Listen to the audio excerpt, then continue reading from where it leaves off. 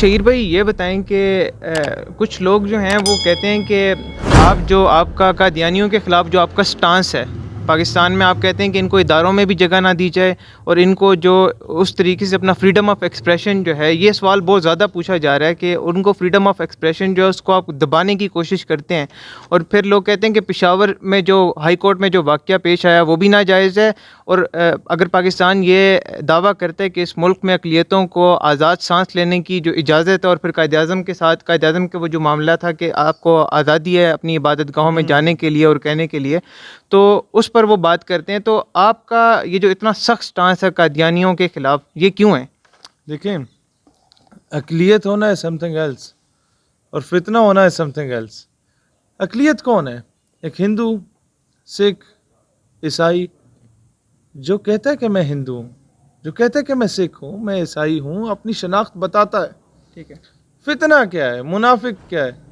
जो होता तो काफिर है, लेकिन वो दाढ़ी मूछ भी रख लेगा, सर पे दस्तार भी पहन लेगा, जना कैप भी पहन लेगा, शेरवानी भी पहन लेगा और आपके अंदर घुस जाएगा मुसलमान बन के। और फिर वो उल्लू का पट्टा जाके मुखबरियाँ करेगा, ओए ये तो एटमी कुव्वत बनने लगे हैं। अच्छा जी, अमेरिका का प्रेशर आ गया। अच्छा, फिर मुखबरी करेगा और इजराइल से ताल्लुकात उसके होंगे। फिर उसके बच्चे जनाब इजरायली आर्मी में भी भर्ती होंगे। इजरायली आर्मी में सिवाय यहूदियों के अगर किसी को इजाज़त है तो सिर्फ कादियानी को इजाज़त है। इजराइल का प्रेसिडेंट जब खड़ा होता है नेतन्याहू और मोदी साहब तशरीफ़ लाते हैं भारत से, तो उसके इस्तकबाल के लिए इजरायली सदर के साथ अगर कोई बंदा खड़ा होकर इस्तकबाल कर रहा होता है तो वो अहमदिया जमात का सदर होता है वहाँ का। तो जब ये सारी चीज़ें मैं देखता हूँ और फिर मैं ये देखता हूँ कि जब ये इरफान महमूद बर्ग जो साबिक कादियानी था फिर मुसलमान हुआ और वो कसम खा के मुझे कहता है कि हम हर खाने में दुआ करते थे अल्लाह पाकिस्तान को तोड़ दे ताकि हम भारत में जाएं, अपने कादियान में बसें। और हमारे वसीयत होती थी कि जनाब कोई भी कादियानी मरता है तो वो उसकी वसीयत थी पाकिस्तान टूटेगा तो रब्बे से हमारी कब्रों को वहाँ लेके जाना।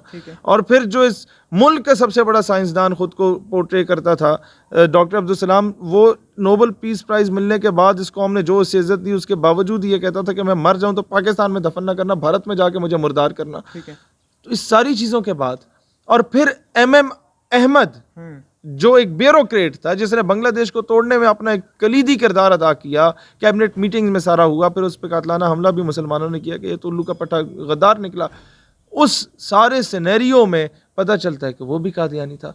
चौधरी ज़फ़रुल्लाह जो पहला फॉरेन मिनिस्टर था जिसने आज तक पाकिस्तान में इस्लामी तालीमी निज़ाम नहीं आया, सबसे पहला उसका रोल था जिसने इस्लामी तालीमी निज़ाम को राइज करने वाले मोहम्मद असद ख़ान को उसके ओहदे से बरतरफ करके खलीजी रियासतों में भिजवा दिया।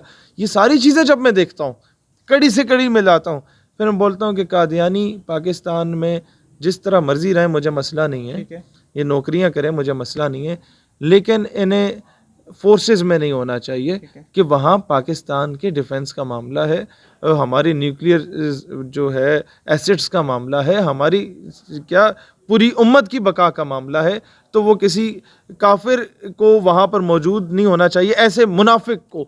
Non Muslim minority is something else. Sikh कितना प्यारा वो जवान ISPR में भी है, वो कितना खूबसूरत लगता है अपनी उसने वो पग वाला जो है, लेकिन किसी को मसला हुआ लोग उससे ज़्यादा जाके झपियाँ डालते हैं, यार तुसी साडे मुल्क दा मान हो, वो एक अलग मामला है। Being Qadiani is something else. ऐसा बंदा आपके सिस्टम में घुसे, ऐसा बंदा आपकी बड़ी यूनिवर्सिटी में एक रिटायर्ड ऑफिसर घुसे और वहाँ जाके औरतों के साथ भी ज़्यादतियाँ करे और उनको फिर जो है वो मेंटली टॉर्चर भी करे और अभी तक उसे ओहदे से नहीं हटाया गया, उसका भी मैं बहुत जल्द डिस्क्लोज़ करूँगा कि वो उल्लू का पट्टा कौन है। और फिर आपके एक बहुत बड़े कॉलेज का HOD केमिस्ट्री भी कादियानी बैठा हुआ हो और वो बच्चों से डायरेक्टली कांटेक्ट में भी बाद में रहे, शादियां उसने एक से कई ज़्यादा की हों और उन गरीब बच्चियों से की हों जिनका कोई पालने वाला कोई नहीं है, और उनको फिर अपने मज़हब में कादियानियत में लेके जाए, अपने फितने में। ये सारी चीज़ें जब मैं देखता हूँ तो मेरा सिर्फ एक मुतालबा होता है, ये फोर्सेस में नहीं होने चाहिए और टीचिंग फैकल्टी में नहीं होने चाहिए, क्योंकि बच्चों को उनके माइंड को पोल्यूट करते हैं। बाकी जहाँ तक माइनॉरिटी राइट्स है उसका भी मैं आपको बता देता हूँ। GHQ के सामने एक चर्च है, बड़ा खूबसूरत और हर साल खूबसूरत होता है। गेट नंबर 4 की बात करें आप? गेट नंबर 4 गालिबन, जहाँ से सारे सियासतदान हजरात सलामी पेश करने जाते, इंटरव्यू देने जाते हैं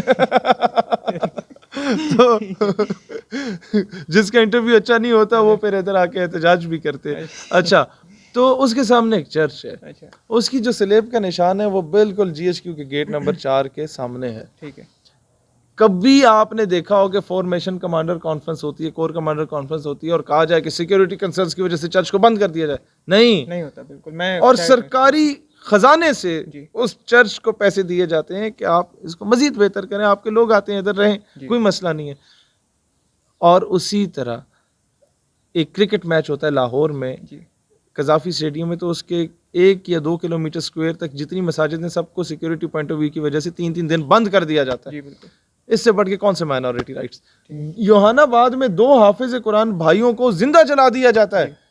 वो चाहते तो पूरी पूरी क्रिश्चियंस की बस्तियों को जला देते, नहीं जलाया कि नहीं ये हम वो ले सकते थे कसास, लेकिन उन्होंने कहा नहीं, हम पाकिस्तान का इमेज खराब नहीं करेंगे, हम आपके साथ खड़े हैं, आपने ज्यादती की है, चलो ठीक है हम माफ कर देते हैं। यार इससे बढ़ के कौन से माइनॉरिटी राइट्स? ये होता ना गुजरात में क्रिश्चियंस ही करते, देख लिया जाए, इंडियन गुजरात की बात कर रहा हूँ। फिर जनाब आप ये देखें कि यहाँ पर पाकिस्तान में माइनॉरिटीज़ का, जिस तरह मैंने पहले अर्ज़ किया कि आपकी स्पीकर जो सेनेट थी या कौमी असम्बली, एक दिन के लिए एजाजी तौर पे एक दलित और शूदर खातून को बनाया गया। जिसको हिंदू जो हैं अपने वो मंदिर में आने भी नहीं देते, दलित्स को और शूदर्स को, ये ब्राह्मण नहीं आने देते, उनके साथ हाथ नहीं मिलाते कि हमारे हाथ नापाक हो जाएंगे। उनके घर में वो आ जाए तो घर की वो ईंटें तोड़ के बाहर फेंक देते हैं। उनसे वो जनाब जाके अगर क्या कहते हैं वो गीता पढ़ रहे हो और वो उनके कान में चली जाए तो शीशा पिघला के कान में डाल दिया जाता है। ये ब्राह्मणों के कवानीन है। यहाँ क्या एक ही सफ में खड़े हो गए महमूद व अयाज, ना कोई बंदा रहा और ना कोई बंदा नवाज। यहाँ वजीर आजम भी खड़ा होगा तो उसका ड्राइवर उसके साथ वाली सफ में इकट्ठा, शायद उससे एक सफ आगे खड़ा होगा मस्जिद में। This is the basic difference. Pakistan में जितने माइनॉरिटीज़ को राइट्स मिल रहे हैं दुनिया में कहीं नहीं मिल रहे होंगे, लेकिन माइनॉरिटी बन के रहे तो ठीक है। एक फितना होना और माइनॉरिटी होने में बड़ा फ़र्क है यार, बहुत बड़ा फ़र्क।